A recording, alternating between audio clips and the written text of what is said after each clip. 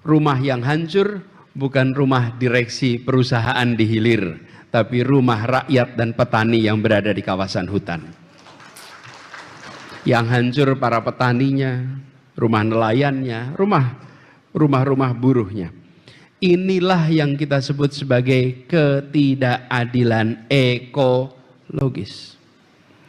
Yang merusak dapat untung, tapi yang merusak tidak menanggung beban atas kerusakan. Yang tidak merusak, yang harus menanggung konsekuensi.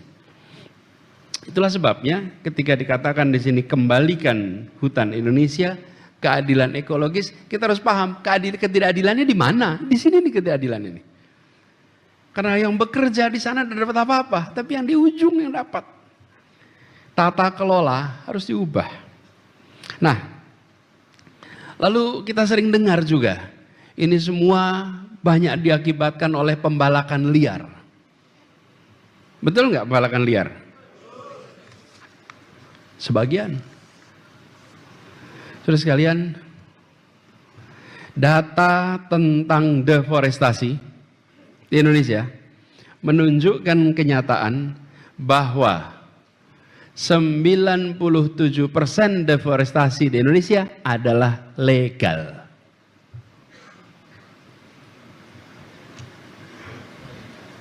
Artinya ditebang menggunakan izin. Ada stempel, dokumen lengkap. Ini bukan pembalakan liar, misalnya. Ini bukan pembalakan liar.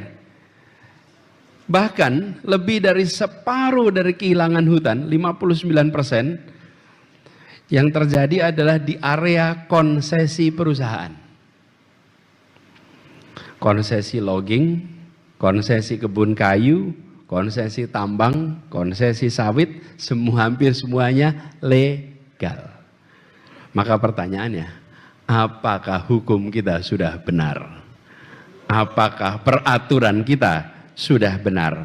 Atau justru hukum dan peraturan kita yang menjadi biang utama terjadinya kerusakan ekologis ini? Kalau 70% karena liar, berarti masalahnya penegakan hukum. Kalau 97% itu legal, berarti masalahnya di aturan hukumnya. Berarti ada problem di sini nih. Nah, di sini kita perlu jujur bahwa masalahnya bukan sekedar soal orang-orang yang bertindak melawan hukum.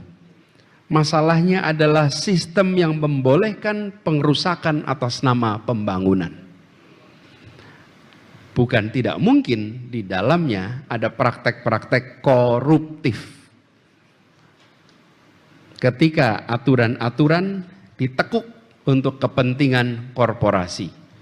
Ketika aturan dibuat sedemikian rupa untuk kepentingan ekonomi tanpa memikirkan keseimbangan ekologis. Jadi, sekarang kita harus cari jalan baru, cari jalan keluar. Apa kabar baiknya? Kabar baiknya perubahan itu bisa dikerjakan, tapi dimulai dengan cara berpikir. Cara berpikir kita harus berubah. Selama ini banyak dari kita yang berpikir ambil sebanyak-banyaknya dari alam, baru kemudian bersih-bersih bila sempat. Ambil dulu sebanyak-banyaknya, nanti bersih-bersih bila sempat. Sekarang sudah tidak bisa lagi.